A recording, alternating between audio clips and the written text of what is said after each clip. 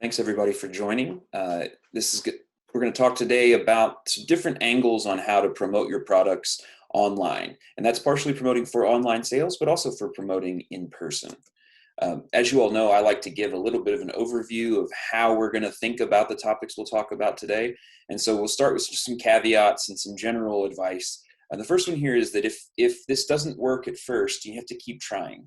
And that means it could be time intensive. There could be some downsides to that. But online marketing is not going to be, you take one shot at it and everything works perfectly, the same way that any other type of marketing is.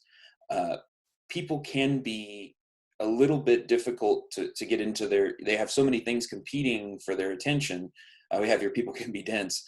And social media is this instantaneous thing. And what that means is a lot of success in social media and in digital marketing is about continuing to put content out there. And when the right moments come along for it to be picked up, you could see some successes.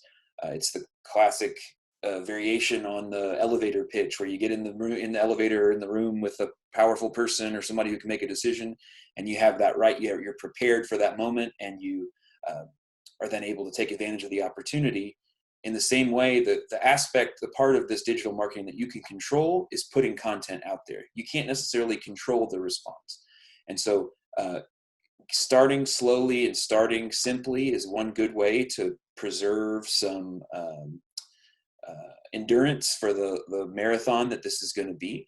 But if you build a following, if you remember to keep some of the principles we'll talk about today in mind, I think you'll find that you'll end up having more success as time goes by. Some people think everything about all marketing at any time should be free. I'm not going to spend any money on marketing. I have all these I need to buy a new piece of equipment, or I need to buy better supplies or something like that for my the production side of things. Well, some people, on the other hand, think that marketing has to be way more expensive than it is, and so that keeps them from doing it. Online promotion does not have to be overly expensive, and it doesn't have to take a ton of time if you're able to manage it properly. Part of that's managing expectations, and again, starting simply as much as possible, but also using some of the tools like post scheduling that Katie will be talking about in a few minutes, as well as having a plan for what the kinds of ideas and content are that you want to be sharing out. There's two parts to this. One is figuring out how to use the tools that we have available to us, whether that be social media or websites or email marketing, all of which we're going to talk about today. There's having the tool, and then there's having good ideas and messaging to use those tools to get that out. And so not forgetting about that first part, the more that you can have your plan and your branding and your messaging clear from the get-go, the easier things are going to be to translate that into actually putting content out. One way to think about this is I always try to maintain the focus on the customer experience, and how is it that the customer experiences your brand in a very concrete way, that they experience their brand, whether you're delivering, whether you are just selling in person, whether you're offering pickup or some other variation of those things, is the packaging of your product, for instance. Again, if you're shipping a box out, what is that, once they open that box, that moment that they have where they experience your product for the first time, what does that look like? There are ways to connect that in real life IRL experience with your digital marketing. For example, thinking again, how you present your product. Is it in some generic box, or are there some sort of personal touches to it? Does it look nice? The more of a distance that you have from your customer, the less that you get to frame. So if you are normally a direct marketer and somebody has to come into your brick and mortar store, well, you don't get to frame the experience when somebody orders online in the same ways that you can in your online store. You have to do that through your online presence, but also your packaging. So this is, again, we're thinking about the customer's experience of the product and aspects of it that you can control. So when they open that box, whether it be shipped to them or they picked it up or whatever, encouraging them to tag and share with any of your social media platforms, including something like a little card or some other element to try and encourage them to go and visit, whether it might be a little sheet that talks about what your business is like. It might be thanking them. Here's how you supporting our business has, how it support, like what it means to us. We're able to do X, Y, and Z thing. We're able to continue with the values that that we share together, whether that be like a family farm, or whether that be small scale artisan products or something along those lines. And then when you do get engagement as a result of things like packaging or things like your promotional products, then sharing those out with customers. All of these are just ways to try to divert people from the real world onto some sort of a social platform. And so part of that is trying to understand what social media is about fundamentally. Traditional media, things like billboards and radio ads and TV ads, are centrally about broadcasting your message out to a consumer base. Social media, this term that we now have, it means Facebook and it means Instagram, but social media is about trying to, as far as on the branding side, is trying to get other people, encouraging other people to broadcast your message to their followings, to their friend groups. It is the digital form of word of mouth. That's what we're trying to promote as much as possible. And so remembering that social media is fundamentally social, that while yes, there are these tools and all these things happen through screens and other sorts of outlets, there's still people on opposite ends of this communication and of this interaction. And so keeping the focus on the fact that we are maybe a small business, or this does have an impact on us. I understand that you as a customer are taking time out of your day to engage with me. I'm going to try to make you feel special as much as possible. Those types of opportunities, you have to seize on those. If you're able to use all these other techniques, use the packaging, this one I have listed here, you will need to promote it in person.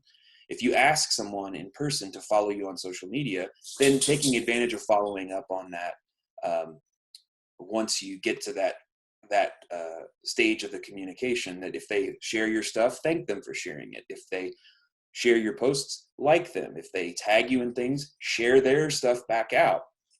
All of those types of things allow that social side of social media to really shine through, and it allows your brand to connect with people on a really personal level.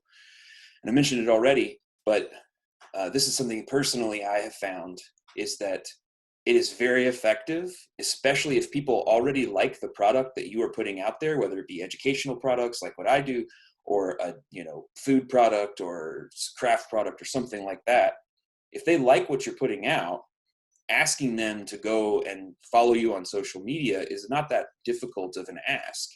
And asking them in person, or mentioning it, or putting it at the bottom of your emails or your other communications periodically, if you have a good following in one place, like say you have a good email list, mention, we're on social media, we're on Facebook, be sure to follow us there. Not overselling it too much. But again, we're trying to think about what we are asking our customers to do. So with the packaging, we very explicitly ask them, tag us, or go to our website, or go to our page, or whatever it may be. Share this out with your customers. Then once we get to social media, we also need to be thinking about what we're asking people to do.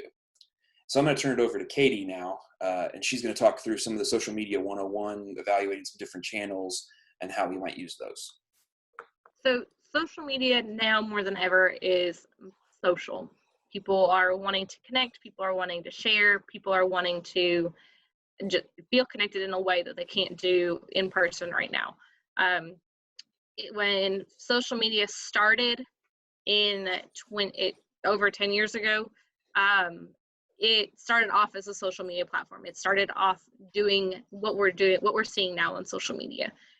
Over the years, it had changed to be more advertising based, to be more of the bigger companies trying to push products, trying to move products, trying to encourage you to visit websites, visit stores, all of that. And with all of that, the social media sites, Facebook, Instagram, all of them saw a downturn in users. People were not getting online as often. They were not checking in on social media as often. They were not visiting their sites as often. And they realized something had to change. Something had to become more social. In doing so, they have now gone back to their roots, sharing what that was and what it is now, being social, connecting with people, connecting with your community, sharing information, sharing pictures, sharing stories, sharing all of that in one platform.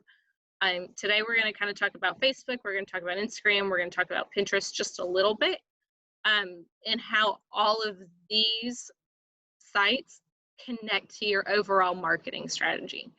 Social media and your online marketing needs to connect with your traditional marketing, and then it needs to connect with the end user's connection to your product. Social media is kind of the place where your user can connect directly with you, and then you can then directly connect your products to the user. It is that one place that you all can work together in one big area, but still keep that separation between customer and business. It's going into Facebook. Oh, sorry, nope, you're right. For Facebook, Facebook is the biggest social media platform that's out there right now. It has over 2.5 billion monthly active users. That means 2.5 billion people go onto Facebook every month. If you look kind of at the demographics, and these are global demographics, these are not just Kentucky based, but the majority of Facebook users are women. 75% of them are women. Men come in a close second at 63%. The reason being is women are generally more social beings than men. And there's nothing wrong with that. It's just the way people have been built. If you look at the age demographics for Facebook, it is a very widespread. Every 18 between the ages of 18 and 49 is your biggest demographic, but 50 to 64-year-olds are a close second at 68%. And so you're really looking at multiple generations that are on Facebook, and people using Facebook in a different way per generation. You've got the younger generations that have been on Facebook their entire lives or more than half their lives, and now you have the older generations who are only on it for a short snippet of time so far, but they're catching on to all the little pieces fairly quickly.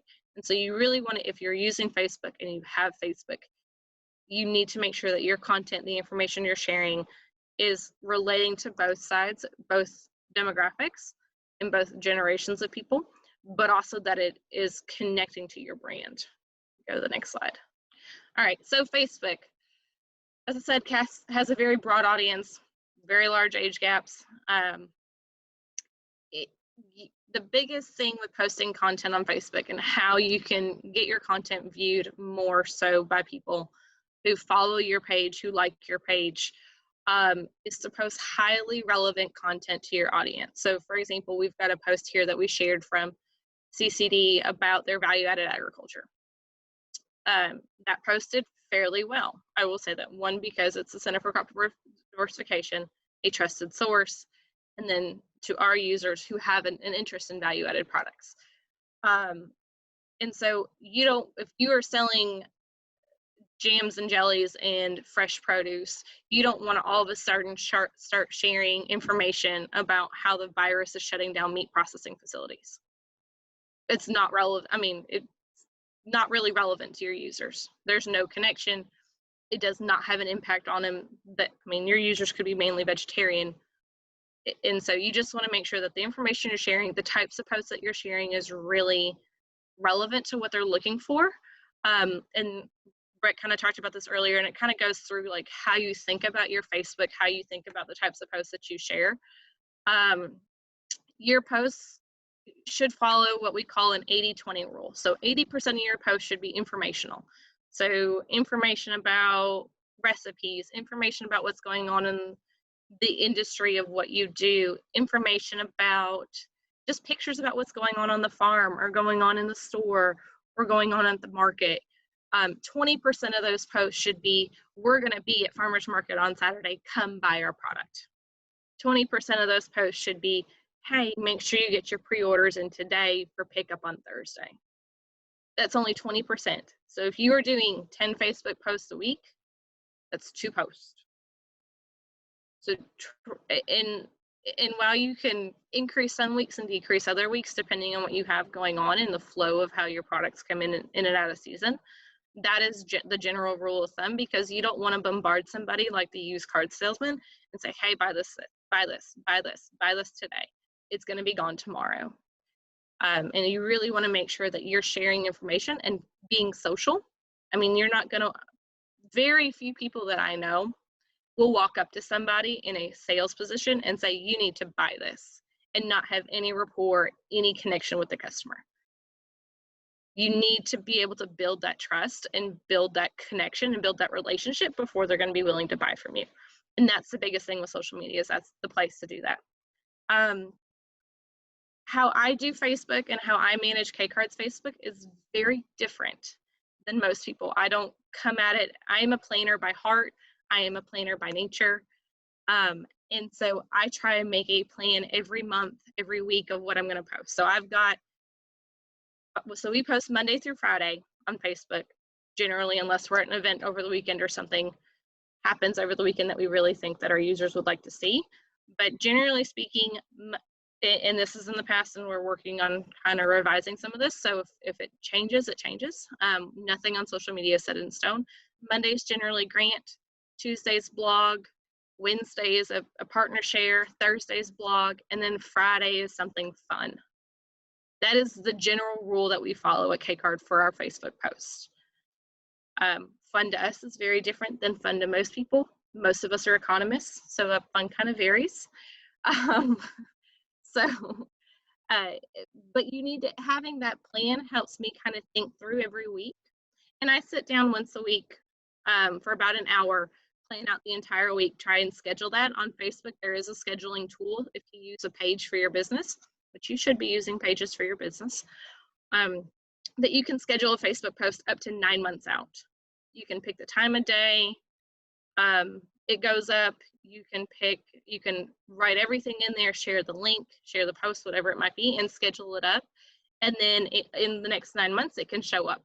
I spend an hour a day or an hour a week doing that, and then about 15 to 20 minutes a day managing everything. So that's reviewing shares that we've had, reviewing comments, reviewing likes, kind of looking at our insights to see, like, are these posts really engaging, or are people looking for something else right now?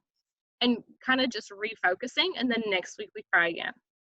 And so what you do today, what you do tomorrow might not be the same thing as you do next week, which is kind of the whole way the world's going right now.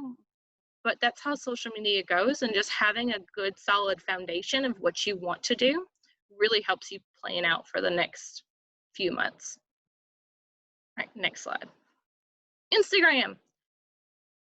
Instagram, if you are not familiar, is a video photo based social media platform. It is kind of like the rolling wheel of Google Images. So if you search for a photo, you kind of see all those photos. It's the same thing on social media, but it's people using photos to share what's going on in their world, because a picture speaks 1,000 words. They have over 1 billion monthly active Instagram users. And this was based out of 2018, so it might be a little bit more now. It is one of the fastest growing social media platforms beyond TikTok, which we won't get into right now. Again, it is predominantly millennial Gen Zers. So 18 to 49 or so. 18 to 29 is the big gap. 30 to 49 is another big piece as well. And it's predominantly women. So within that, 82% of those who use Instagram are also on Facebook. 82% of people who are on Instagram use Facebook. Instagram is owned by Facebook. So just for those who don't know that, that's good to know.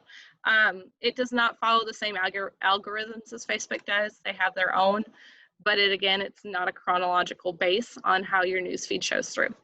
When you post to Instagram, you don't have to do posts 5 days a week. You can do them 2 to 3 days a week, and that does really well for Instagram. Tuesdays and Thursdays have the most engagement, posting around lunchtime Central Time. So probably 11 to 1 Eastern Time is kind of the best time to post, because that's when people are on.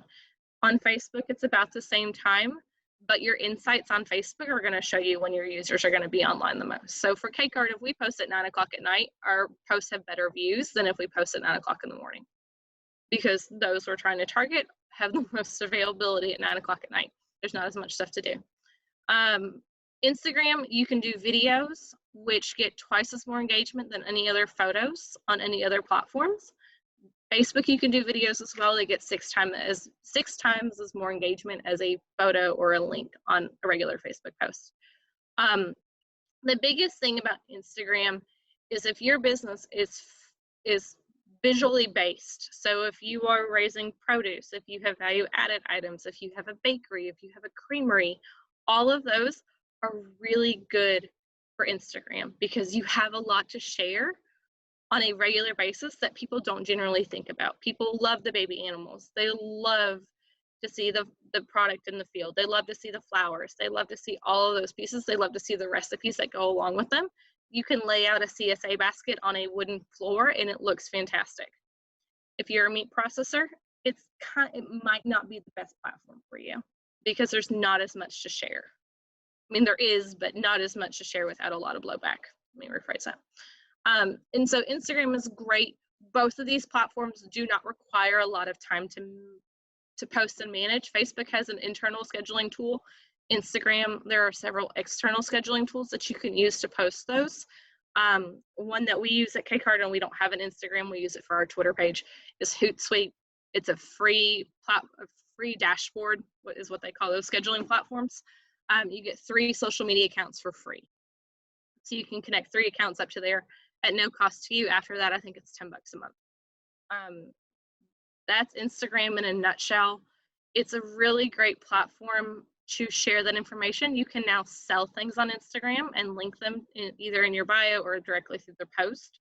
And so it's a great way to encourage people to sign up for CSAs or do pre-orders or check out your web store. All of those things are really good on Instagram. And we'll go to Pinterest. So if you're like me, you have file folders and boxes full of ripped out pieces of magazines randomly shoved together. Pinterest is the same thing, but online. So it is links and images, kind of like a visual bookmarking platform that you can then organize things into different, what they call boards, which is just folders of images. This is one for a Dallas farmers market. They have different boards. You can see 6 of their boards right now. They have a total of 49 boards. There is no limit to how many boards you can have and how you organize things. If you have too many boards, it's harder to find things on there from your followers. And then if you have too few, you're grouping too many pins together and it might not be worth your time to be on Pinterest. Again, Pinterest is really good for recipes, for garden tips, for life hacks. Like an example of a life hack would be all the million uses of vinegar. Health related things. The farmers market uses it for recipes and produce availability and retail information about their vendors. And so you can kind of see how they've got some things organized on here. It is great way to share your own content, original content, but also share content from others. And it also encourages bloggers and social influencers, so those who are on social media who have thousands and thousands and hundreds of millions of followers who share information about products on a regular basis on their own feeds to find you. The biggest thing with Pinterest is you can repin or pin boards or pin sites from other users and other followers that might not be trusted. So it might lead to a not so great website. And Pinterest does a really good job of deleting those links and letting you know when a pin has been deleted, but they can't catch everything. The internet is a very vast world. And so make sure that if you do repin something, you do click through and go look at the site itself and make sure that all the information on that site and all the information that you can find is really what you want it to be. But other than that, Pinterest is a great option, especially if you've got a lot of visual content and you have a lot of recipes or you have a lot of little tips and tricks for things. I think that's the end of my. Cool. Actually, if you wouldn't mind to cover the next slide too, but one thing that I keep going back to in my own just considerations around this is I think it's important that you don't just launch into social media entirely as a content generator, that you actually have a good understanding of how users use the content.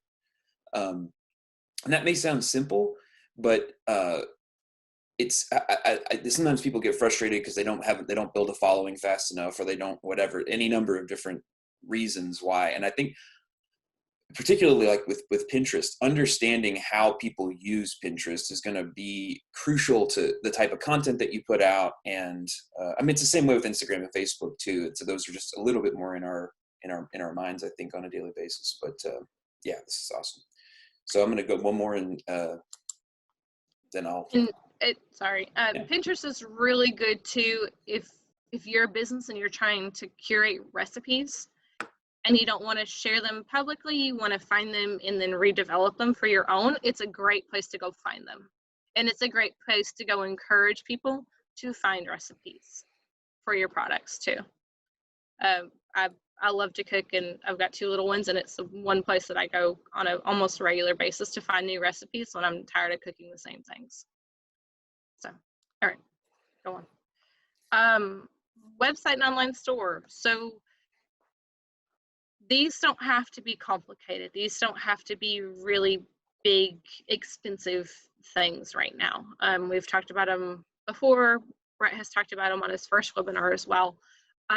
The biggest thing with this and how it connects to social media is to make sure that all of your social media sites are up to date and as informative as you want them to be. So what that means is to make sure that your website is linked to your Facebook page, your website is linked to your Instagram account. Your bios on both of those are either the same or they're connected in a way. Instagram is a much shorter bio than you get with Facebook. Facebook, you get a general description, a short description, an about section. You can add more information if you want. And the really big thing with this is, and one thing that I've talked with people from startups all the way who've been in business for 20 plus years, is to make sure that your brand is consistent among all platforms. So what you do on Facebook, what you do on Instagram needs to be connected, but then what you do on your website needs to also be connected to that. So if your colors are the easiest way to share this. So if your colors on Facebook are kind of earthy tones, your colors on Instagram are more earthy tones, and then all of a sudden you get on your website and it's neon colors, that doesn't relate to what the message you're portraying on those 2 social media sites. It can make your website look spammy. It can make your website look fake. It can make you look fake. So making sure that all of those connect together and all of that is sharing the same message. There is no shame in linking to your website directly from Facebook and sharing posts directly from your website to Facebook. We do it all the time. I encourage people to do it. It drives traffic to your website. There is no shame in encouraging people to visit your website from Instagram either. So don't be afraid to tell people to go somewhere else, as long as they're going somewhere else and that somewhere else is going to be where they have to be. And then the biggest thing with developing your website or redeveloping your website is, what do you want your website to do? Do you want it to just be informative? Do you want it to be an online store and be a place where people can just go buy things a la carte? Do you want it to be only a CSA platform where they can sign in and manage their subscriptions? Do you want it to be all the above? What does that look like? And that kind of goes into that next point. What do you want it to include? When I work with people on designing websites, I don't actually build the site for them. I can't actually build the site for you, but I store what writers and screenplayers and all those use is what they call a storyboard. So use one piece of paper or Post-it note, whatever it might be, for each page of your website. What do you want on that site? What do you want to be on your homepage? What do you want to be on your about page? What do you want to be on your page about your products? What do you want to be on your contact page? Well, all of this seems really simple and really kind of, well duh, Katie. Once you get into the gist of planning everything and start working on it, you can get lost in all the frou-frou and the flair and the fun and all the different aspects that a website development company or a website development platform can offer you. So it's really good to go into this with a plan. It's really good to go into it with an idea of what you want on each page. Um, don't be afraid to go look at different sites that you really like and kind of cut them down. Say, what do you like about this page? Well, I like how they've written this. I like how they've organized this piece. And borrow those and borrow how they've done different things.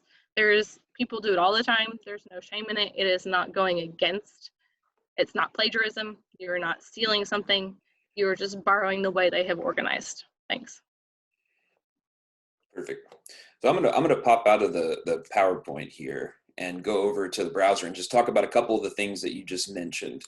One of a couple of those things are your call to action button here. This is something that people aren't taking really full advantage of. We've got it set up so if you click on it, well, when you're viewing it yourself, you can hit test button and it'll open up whatever it is that you. There are other options here. So if you're trying to, this is thinking again from the customer comes and experiences your social media, what is it that you would like for them to do? Well, obviously they can learn more, but if you have a store, you can have set up things with shopping with you. If there's a key aspect of your business, something that you want to connect to, whether that be a central video, or it can obviously connect to a learn more that goes out. If you're trying to build your email list, if you're trying to build some sort of following in that regard, taking advantage and thinking about what this call to action button does is something that's really valuable. And so you can actually, I'll go back in real quick, you can actually have it link directly to, like if you have a Square store or some other sort of online store or website, e-commerce thing, you can have it go straight to that. So again, just that's one very easy low-hanging fruit on your page that you can control. The other one, Katie mentioned the about section, and I've been messing with my tabs because I'm going to show you something here in a few minutes.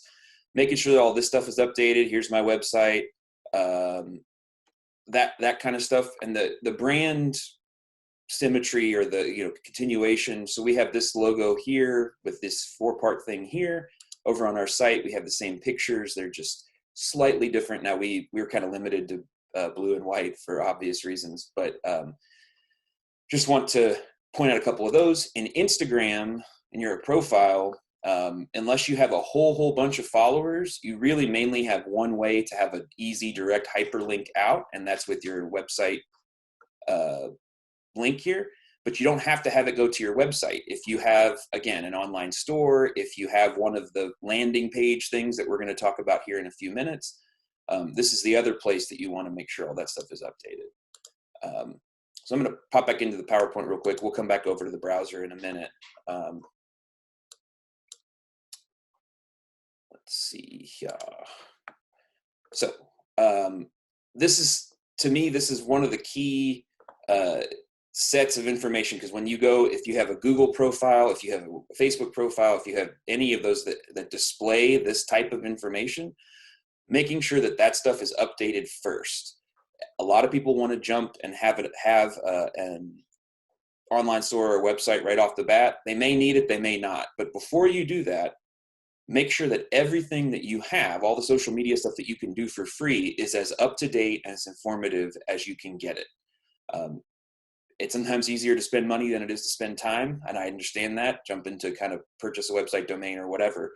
But I would just say this is to me the bread and butter, because I've had the experience myself recently of people have changed their hours due to COVID or whatever, and they didn't update it. And I actually either got there or I submitted an order and was told, oh, we're actually not open today. It's people across age groups, but millennials and younger especially, this is where they're going to go and look. They're not going to call and check and see if you're open. They're going to go and see, okay, it says you're open today. So making sure that that kind of stuff is updated. So I mentioned that sometimes you don't need a website, or sometimes you don't need necessarily even an online store. And we covered some of this content a little bit in the pre-ordering, low-tech pre-order webinar we did a couple weeks ago. But these to us are kind of the options. So the online store, this is the any number of different providers, whether it be Square, which is the one that I've did the webinar on. There's a whole bunch of other options you can find out about on the K-Card website. You could build just a store, a standalone store, and that's all. You don't have a full website, which is option 2, which has lots of different other pages and secondary information that you might need to support your brand. So the number 1 here is just an online store. It's going to take some management. There's going to be a learning curve on setting it up, but a lot of times you can get these set up for no fee, and the fees are just charged on the per transaction cost. Second option here is a full website. This is a pretty, it's not the technical barrier that it was even 5 years ago, but definitely 10 years ago. There's a lot of capacity to build your own stuff now, even if you don't have a ton of technical expertise. So it is possible, and it is within reach. To me, a couple of questions that I would ask is, do you see value in having a website to support your brand? That is, do you have multiple different types of information or types of messages that you want to cultivate all in one place that social media does not allow you to do, or that you want to take off social media and have its own standalone place in the internet? Another question, these two are kind of related. So does your brand require it? Does this offer an opportunity to support your brand? Facebook, one aspect of a lot of these social media platforms is they do have their own look about them, which is cool. And you can customize your little avatar, your little profile picture, and you can customize other stuff too. But you can't customize the fonts. You can't customize centrally the color scheme of the page itself. So those types of things, if you want that type of flexibility to represent your brand and or put out certain messages or support what you're trying to do as a brand, the full website might be somewhere to go, but you don't necessarily need to have it. And the last one here, I think 3 and 4 kind of lumped together. There's several different ways to have some sort of a landing page. Again, we're taking social media as a tool to get people somewhere, whether that be to buy something, whether that be to find out about your business, whether that be just to engage more with you. You can actually have a landing page. Like if you want to, for instance, you're using your social media to communicate what your offerings are as a business, the sort of the menu of options that you have available for sale. If you want to give them more information about how to purchase from you. There are a couple of lower tech landing page style options. MailChimp, if you have this, they do offer a very simple, you can have a URL and it'll take you to the page. It's relatively simple compared to one of these full-on websites, but that's an option. There are some simple approaches to the website where you maybe go and don't build a full site, but you build just a single page that's not overly complex. Facebook notes and the about section, I'm going to show you that here in a second, how you can use those. And then Google Docs as well. Those are 2 options that I'm going to show you right now. And this note here, the social media, is that don't forget that your social media pages themselves can sometimes offer the function of a landing page. So I'm going to pop out rather than just continuing to ramble and show and don't tell here. So the first one here I want to show you is notes. If you go, so here I'm going to practice what I preach here, and I'm going to drop the link to our social media page in the chat. As you're looking at it, if you happen to like the page while you're there, that is just wonderful. But I wanted to show you, because my view of the page is a little bit different than what you're going to see. So this is a note. This is a note that I've created, and this is what it looks like. Now, I have, for demonstration purposes, I really don't want somebody to be ordering something from me and then I have to break their heart. I don't know that they'll get through with this number. But this is just a very simple, very low technical skills needed option for getting your information out in front of people. And I'm going to go ahead and click edit here to show you what the interface looks like. So this is all just like typing stuff in. This is the title. I added this picture here. You could have your whole menu here. You can have instructions if you're going to offer pre-orders, if you're going to offer some sort of system for curbside pickup or something like that. If you have an online store and you want to contextualize that within part of your brand, if you have a series of pictures of your products that you want to curate all in one place, these are some of the ways that you could use a Facebook note as a landing page. Now I'm going to go ahead and show you a couple things. So I don't want to remove that. I just want to pop out. This list of things over here is what Facebook calls tabs. And these tabs correspond to what shows up over here. And so the order of these in particular corresponds to what shows up here. So you can see it says notes, and notes is here, and you can see posts, and posts is here. Sometimes Facebook will have your posts way down at the bottom, or it'll have some other aspect of what, like my about right now is down really low. I would like for that to be a little bit higher personally. And so I'm going to show you how you do that. The last time that I reconfigured this, the settings were a little bit different. So if you get lost in the labyrinth of different menus, always have a Google tab open to ask the question, because somebody else, I guarantee, has asked it too. So what we're going to do is we're going to go to settings. Okay, just up here at the top. Again, this is on a page. This is different from on your profile. So on a business page or whatever, you go to settings, and you go over here to templates and tabs for the alliteratively inclined. Now down here are all of the different tabs that you have available that you can mess with. Now when I went in today, because I haven't really used notes before. When I went in today, notes wasn't showing up in this list, but if you scroll all the way down and you hit add a tab, notes was in there for me. It might be in there for you, it just depends. And so you would just hit, like, I'll just go ahead and hit live, add that tab. So now I've got a tab down here. You can see it added to the bottom live. If I wanted that to be higher on the list, I can bring it up here. And if I decide, actually, I don't want that live thing, I can just click on settings and turn it off. Okay, I'm just showing you this because you grab these little three lines here and you can move stuff around. So I want my about section. You remember it was all the way down at the bottom in that previous page. I want to bring it all the way up, just below my notes section. And so I don't have to hit save or anything. I'm going to go back to my page.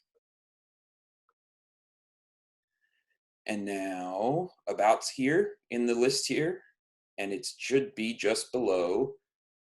Oh, that was anticlimactic. Let's try that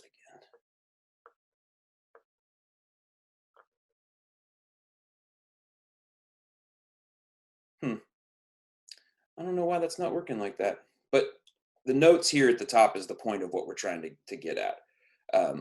So you can have the notes be just pinned here to the very, very top, so it's the first thing that people see. I'll go ahead and show you. I'm going to go into notes, just show you how you do it. So I'm going to add a note, and this is what you're going to see when you first start. And so information for placing orders, something like that.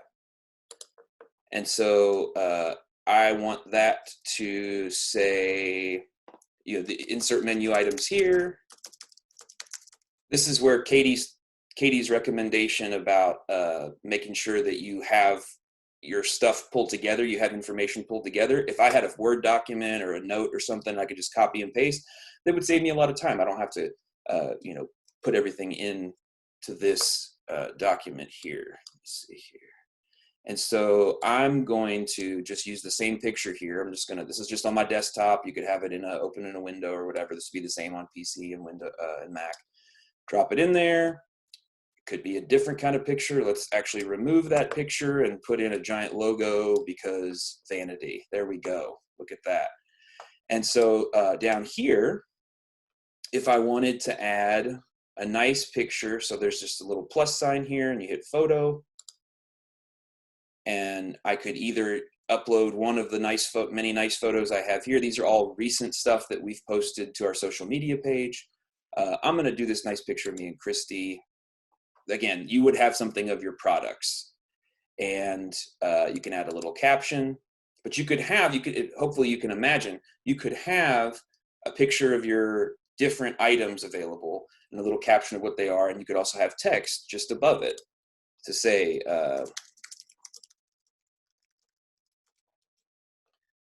and then when you're done here, you could either save it as kind of as a draft, or you can go ahead and publish it. I'm going to go ahead and publish it. Okay. And so now if we go back to my post, or to my page, I should say, now my notes here at the top, at the very, very top, this should be what you're seeing as well, should be right there. So you could either post multiple notes, or if you have a couple of different ones, like, if you had like a menu, for instance, for a farmer's market every week, a lot of our users, that's what they're looking for. You can go in here and you could update all of this, take this out. See, we're already hinting at one of the flaws of Facebook Notes for me, which is the formatting is really limited. So you could go in here and you could, let's say I'm going to adjust my prices, and you could have this say,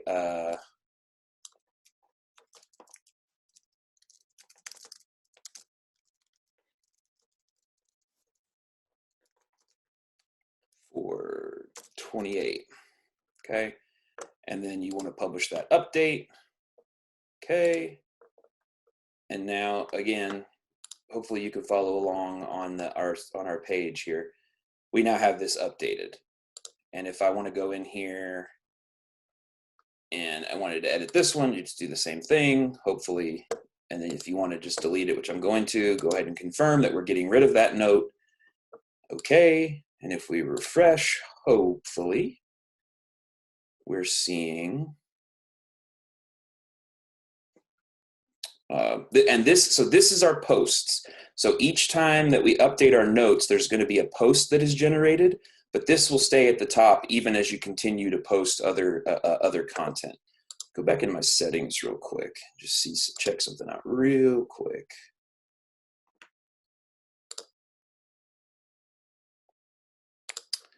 Weird. Okay. But so this is one way to have like a little bit of a very, very simple landing page embedded on your page. The other thing, your Facebook page, the other thing you could do, again, this learn more call to action button, and make sure that in your about section, you're using this address. Like if you wanted somebody to go somewhere, whether that be an online store, whether that be a web document, whatever, use the address here, okay? The second way I want to show you how to do something very similar to what we just did, but in Google instead, is to actually use Google Forms, okay? And so this is just the CCD account here. I'm going to go ahead and do this. This is, let's see, if we scroll down, I just clicked on this little grid here. You'll have to have a Google account to create this, but you don't have to have it for people to be able to view it. I'm going to click on Docs, and you can see I've already put together one down here. So let's go ahead and take a look at that. I worked off of a template just to show you that you can add in a little flair without having to have any graphical design skills. You could have all of your items here and then have your instructions. This is formatted almost identically, hopefully this looks familiar, to a Word document. So if you're familiar, and I actually like the formatting a little bit better than Word. It's a little more slick. You can, if you have, like, let's delete this picture. If you have pictures, like I have them here on my desktop, you can just drag it in, and then it's, obviously wonky here. And then you can right click and select cropped image. This is not a tutorial on how to use Google Docs necessarily, but it's showing me the cropped image now. Again, I'm just dragging and dropping, not doing anything crazy. And hold on, let's see here. All right, and there's my nicely cropped image. You could add in small pictures of other stuff. I just dragged in this logo. This is a little bit fancier version of this same thing. I'll show you how to make just a very simple one on another page. But one key thing that you want to make sure you pay attention to is up here. So this says share, and I've already shared this. When you create it, you should have option. It should be on private or something like that. Let's see here. It should be, yeah, you'll see a screen that says something like this. And so you can have this off, and then anyone that you specifically share it with can get it. But you can go up here and you can turn it to on. And this is the most public view possible. So if people search for it, they should be able to find it again if they're looking for it. This setting here, if you put this on can edit, then that means anyone on the internet can get on and edit this sheet. We want to use this not for that. We just want people to be able to view it. So we'll just leave it on can view and hit save, okay? And then up here, it says get shareable link. So I'm going to go ahead and click get shareable link. It says link copied to clipboard. And I'm going to drop it in the chat, so hopefully you all can try to view it. So this is a link that you could then go and post here in your Facebook bio. You could have your Learn More tab, go to that if you wanted to. And this could be, this is how you buy stuff from our page. Or sorry, this is how you buy stuff from our business. And so you might include a phone number. You might include just like we'll be at a certain market, certain hours. This is a workaround for having a full-on website. So basically you write a small Word document and it functions as a landing page similar to like a website. So let's go back to the main Google Docs page here real quick. And I'll just show you, it doesn't have to be complicated. So you can choose, I'm going to create a new one here. It could be a blank one. It can be one of these more formatted ones. You go here and I'm going to go back and steal my menu text. I hate writing copy. I hate it. Copy is like any text that feels like I don't know why. It just drives me crazy. So I want it to look cool. I don't want to think about practical realities, right? So this would be the dead simplest version of this.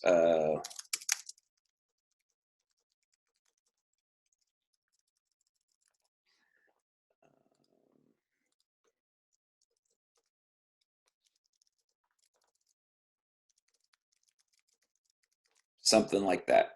And so I mentioned when you first try to share something, up here you'll have this link, or this button. If you click on that button, let's see. Oh, it's making me give it a name. So let's give it simple CCD order form, something like that. When I go up here and hit share, right now, if I want to send it to somebody, I can just type in their email address. But if I click advanced, I can make overall settings here. Let's see. I don't want to do that.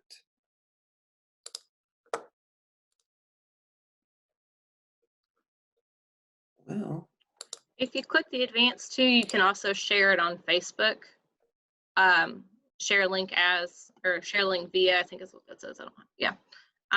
And so that's another great way to encourage people to go use that order form as well. And this is where it does it for you.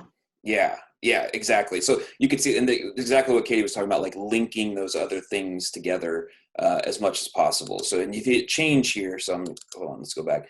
So right now, our overall global setting is private. So if we hit change, we can make that public for everyone, or just if people have the direct link and want to click it, I'm going to turn that on, and I want them to only be able to view it. Okay, I'm going to hit save, and this is the link here.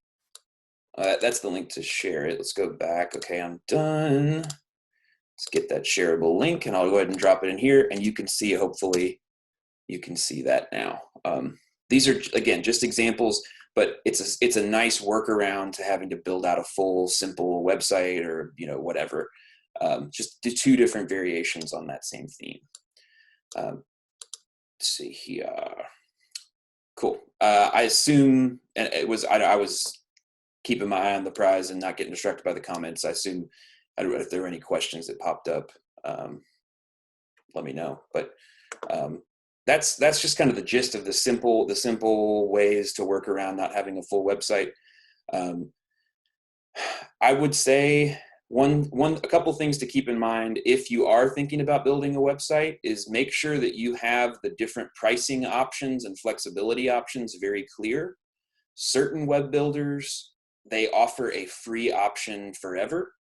So like you can have your, like, let's say ccdfarms.weebly.com. You can have that forever for free.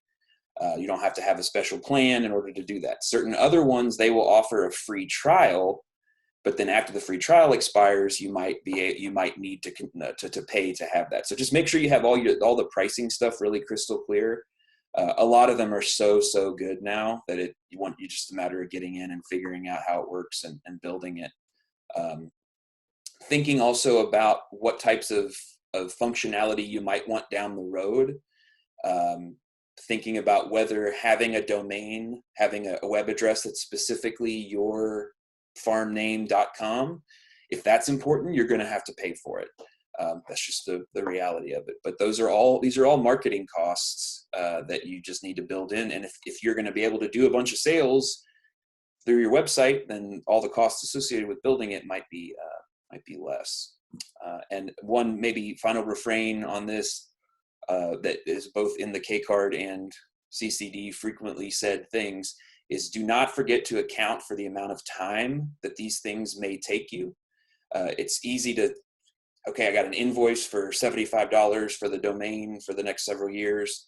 Put that in the cost side of things. But if you're spending 3, 4, 5 days or multiple weeks or whatever building this out, that there are costs associated with that. So just keeping that in mind. Okay. Is there any questions or anything, Katie or Olivia, that we need to maybe you all wanted to maybe address on or follow-ups or anything?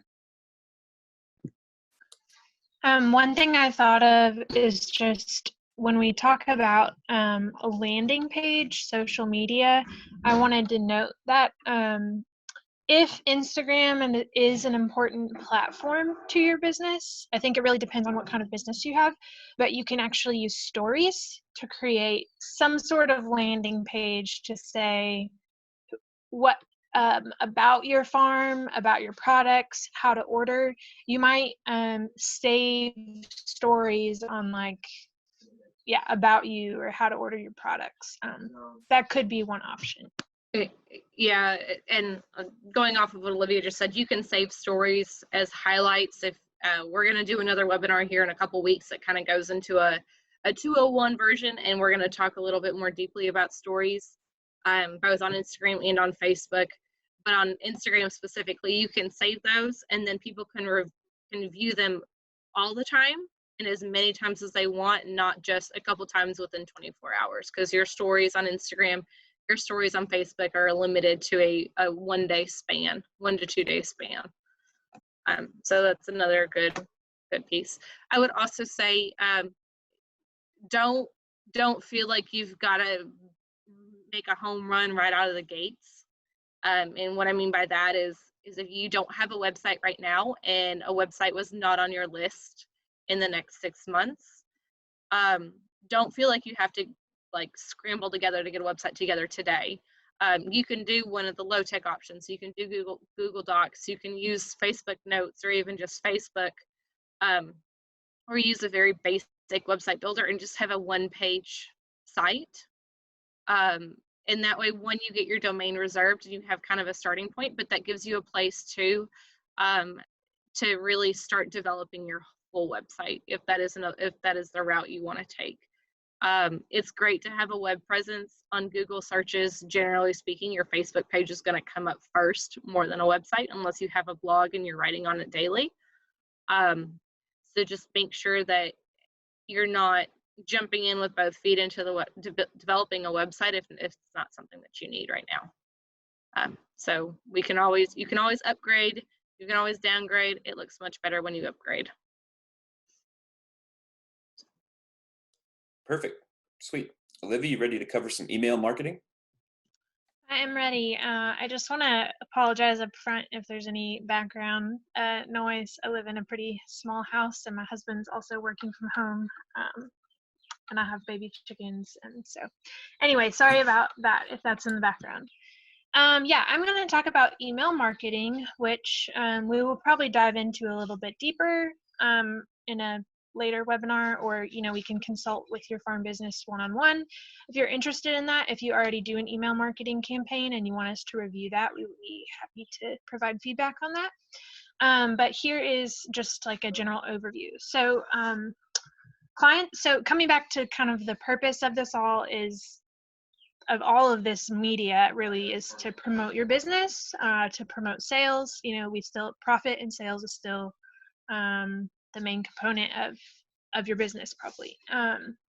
So clients who purchase via email end up spending 138% more. Not sure what that is in comparison to. I know that's a Katie stat, so maybe she could comment on that. Spending more than. Yeah. So the biggest thing is that you are targeting people directly where they're at in their inbox. And so Kohl's is a good example. And if you buy kids clothing, that's another good example as well. They blast you with emails all the time. And those emails then show up in that headline, that subject line, is really what makes you click. And if you're like me, you go online and you might add things to your cart every week, and then in like 2-3 weeks or once a month you might buy something, but that one purchase is 3 times as much as what you're originally going on there for. Yeah. And so just making sure that that your website is whatever your store is optimized for that if you do online sales, but also you're encouraging people to check out new products. That is how that number gets so much higher, is because I might buy some cheese or something, but in that cart and in that suggested items might be a sauce, and I'm like, oh well, this sauce would be good with this, or I'm going to be eventually entertaining people at some point in time in the next year. And so just kind of encouraging people to buy more than what they need or what they were intending to buy, but still offering them products of what they need. Great. Yeah, thank you. And in general, I tend to think of email marketing, this could be just a personal feeling about it, but I think that if I have this, probably other people think about this too. I kind of view my email inbox as a little bit sacred compared to Facebook or Instagram. Like, I'll follow a lot of people on Facebook, but I might not subscribe to their emails. And so those people who I do subscribe to are people that, like, I really want to know more about, or I really want to know about their products. So they're going to be more of your die-hard customers or fans. So I think with that in mind, some of these statistics make sense. So folks are 3 times more likely to share content on social media via email marketing. 73%, this is really important, 73% of 18 to 24-year-olds use their phone to check emails. So when you're creating your email, you should be able to see what it looks like on a mobile device or on a desktop. If you use an email maker like MailChimp, you can view it on mobile and you can view it on desktop. If a large percentage of your customer base is in that younger segment, you're going to want to make sure that it looks really good in mobile view. Email is expected to be used by 2.9 billion next year, so that's similar numbers to Facebook there, as far as almost 3 billion.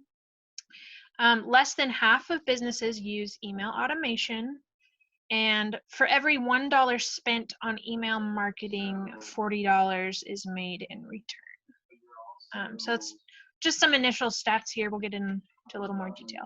Okay, next slide. Users would actually like to receive more promotional emails.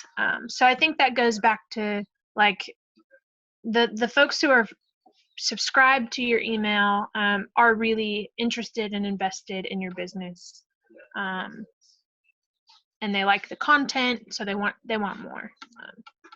Okay, next slide.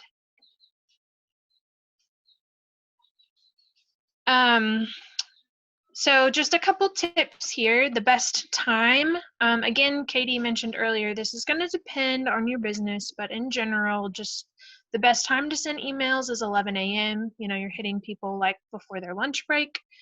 Tuesday tends to be a good day to send emails. You don't want to use too many images in emails. It can become pretty overwhelming. It is good to include an image, but you don't want to use too many, so just keep it pared down to a couple high quality ones that communicate your message. Use plain text emails, and the next thing was that Thursdays have the second highest level of engagement, with the weekend following in third.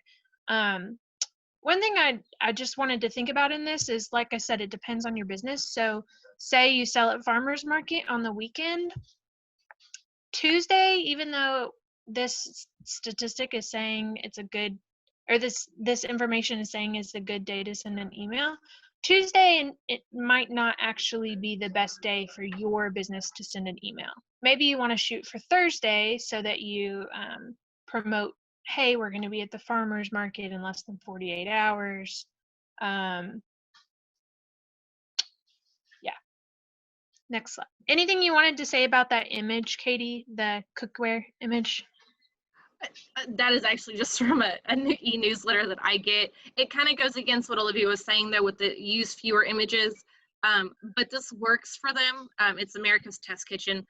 If you don't follow them and you do a lot of cooking recipes, I would highly recommend following them on Instagram as well, only because they do share a lot of really good, quick and easy recipes now, and some things that are really more challenging for those who are more experienced cooks. But it really shows kind of how you can break down an email. So if you look at this piece, and this is just an excerpt of the email, it's the first thing that when you open up the email in your inbox is what you see. You see the top part that says keep calm and cook sale. That is encouraging you to go to their site and buy. It is right at the top of the email. It's not buried at the bottom. It's not buried within text itself. It is right there front and center, and encouraging people to go buy and make a sale. The next part is really kind of the body of the email and the grid of what they're wanting to get across within this email. They do these emails on a weekly basis. Now they have gotten a little bit more personable just from reading them over the last few months. But it talks about equipment and information that you need as a cook at home. So what you need, what you don't need.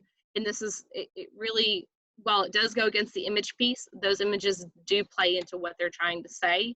And it's more of a blog post, an e-newsletter directing you to a blog post than it is an e-newsletter with all of the content written into there.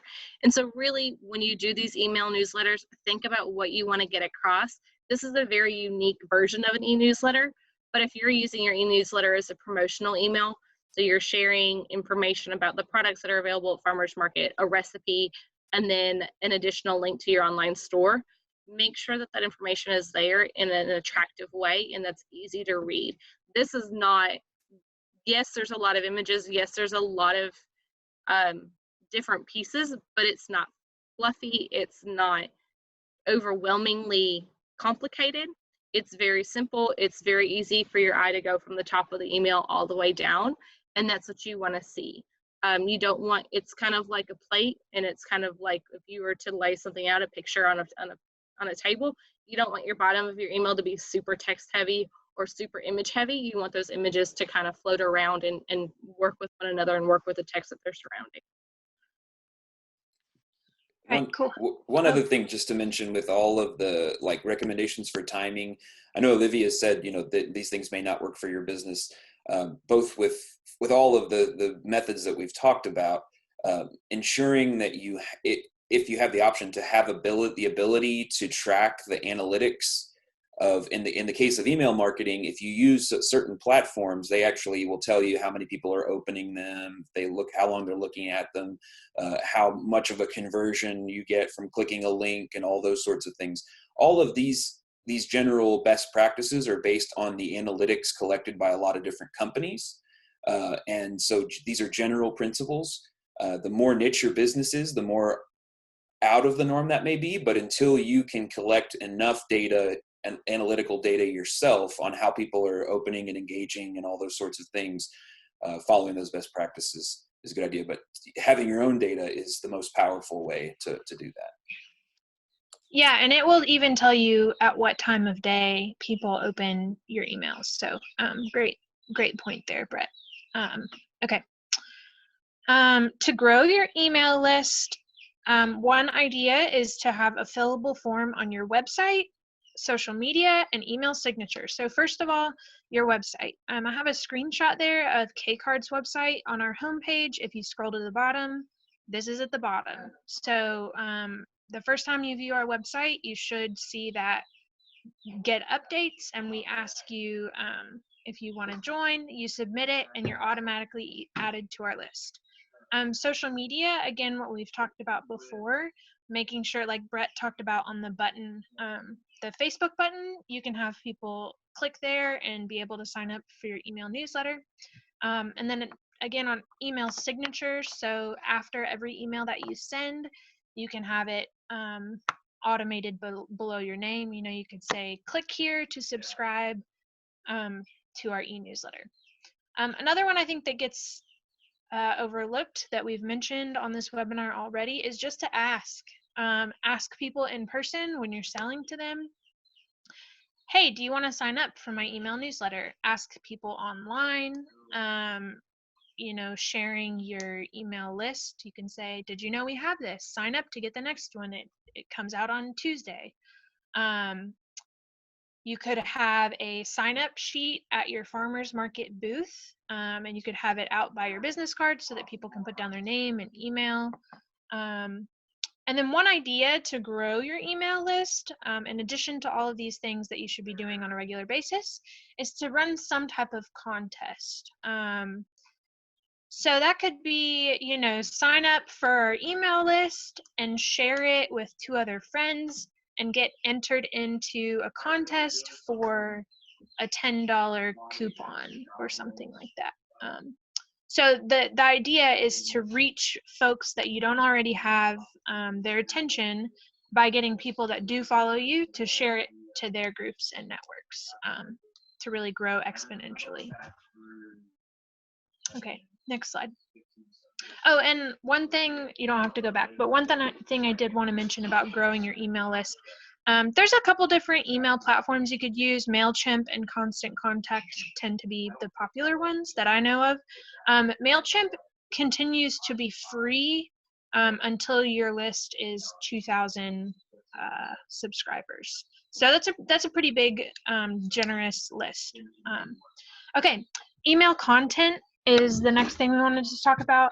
You can talk about what's going on in your business. You could offer a farm update, special offer for email customers. You know, they could be like, hey, we're giving this to you first. You get to sign up for our CSA first, or be notified about a sale that's coming first before other segments of our customers. You can offer new product information, event promotions. So maybe you're having something on your farm, or a special evening of learning once people can join again. Also, virtual events could be promoted on your email.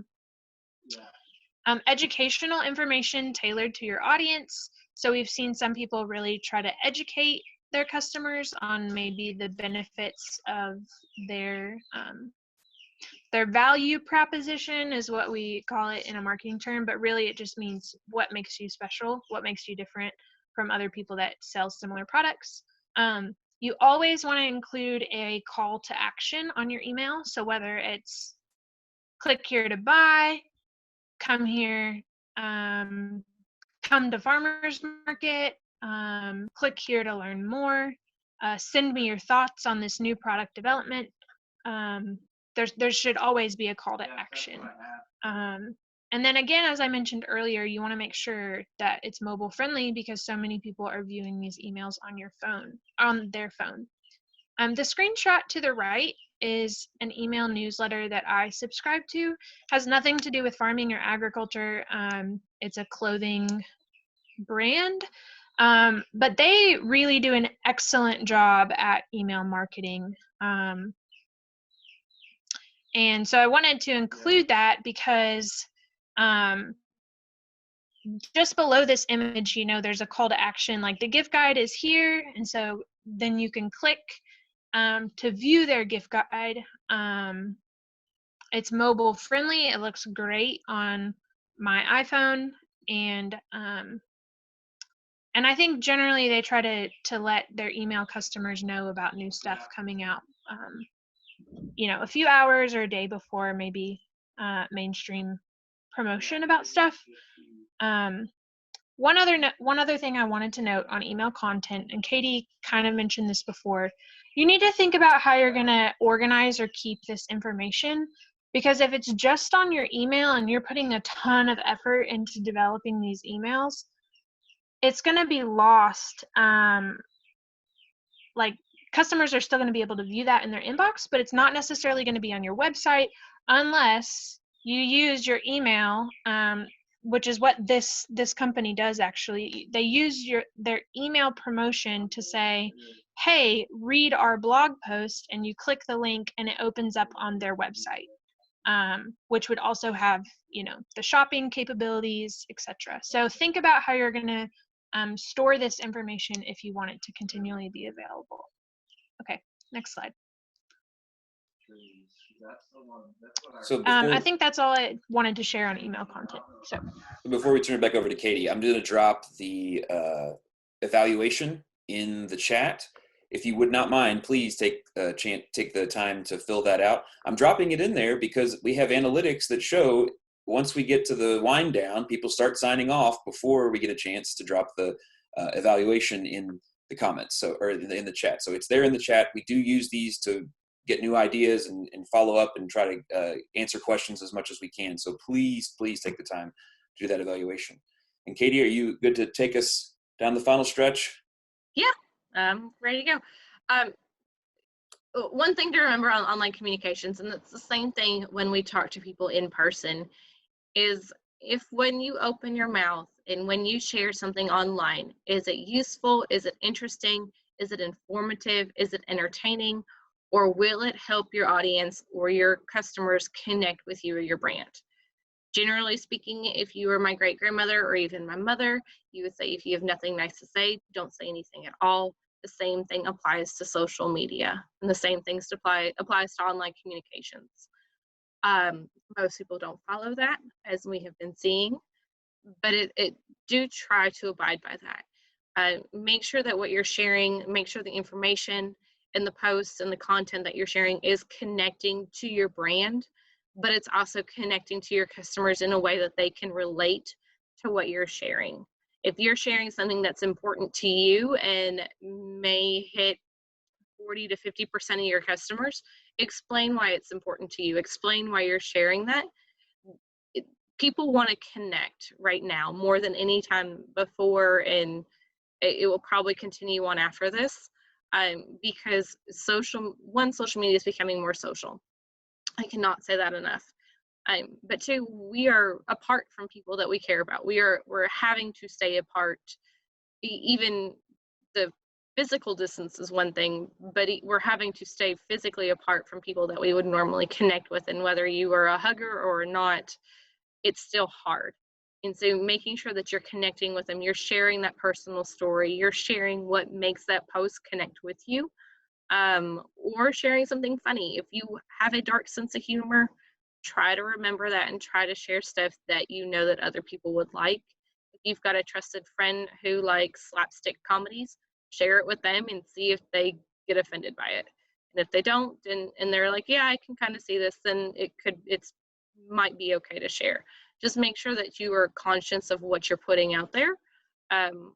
While what you put out, you can delete. It's never truly gone. Remember that with the internet, what's out there stays out there. And so make sure that what you're sharing is going to be relative and relatable to your brand. And the next one on here is be a good friend. As I said before, if you have nothing nice to say, don't say anything at all. But also make sure that you respond to comments. Your followers, your fans, all your people are making time and taking time out of their day to comment, to like, to share, to react.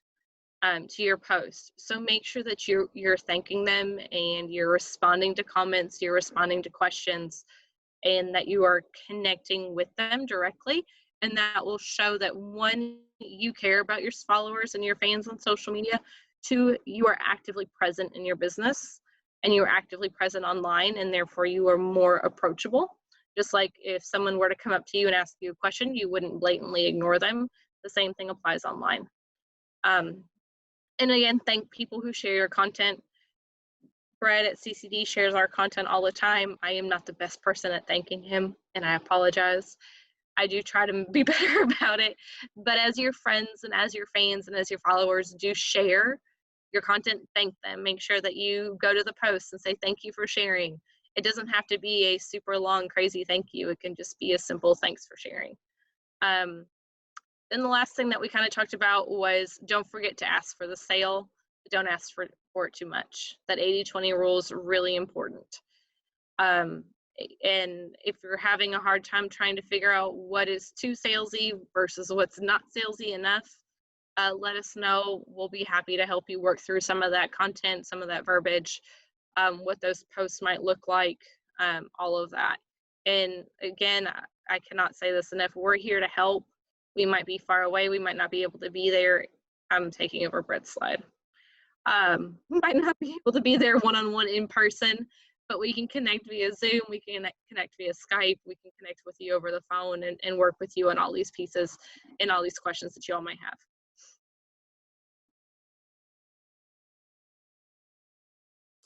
No, that's perfect. That's exactly what we wanted to cover. Yeah, so I dropped the, well, I thought I did.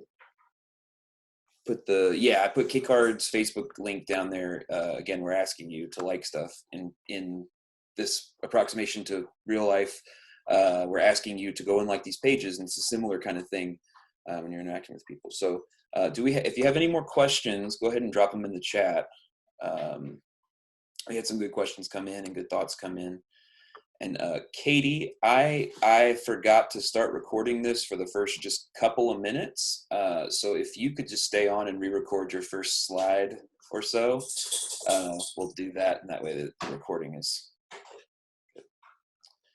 Again, if you haven't had a chance, please do the evaluation.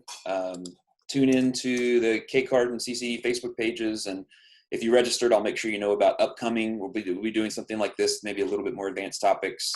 Katie and Olivia mentioned about using Instagram stories, and maybe a little bit of delving into hashtags and all that kind of fun stuff. At some point, I think we'll do something about analytics in multiple different places. So awesome. Well, if nobody else has any more questions, thank you all so much for joining us. Katie, if you wouldn't mind to stay on the line, and we'll just get that little snippet. And awesome. Thanks, Woody. Thanks for tuning into all these. I really appreciate you asking questions and sharing and all that kind of fun stuff. Yeah, thank you, Nathan. Thanks for being here. Thanks, Ann. We will see you all later. All right, so I'm gonna back out of this here. So I think actually let's go ahead and just do your first two, and I can do my little first chunk too. So yeah, we'll start maybe here, and it will have been something like, I've turned it over to you, Katie, or something like that. Yep. After a minute.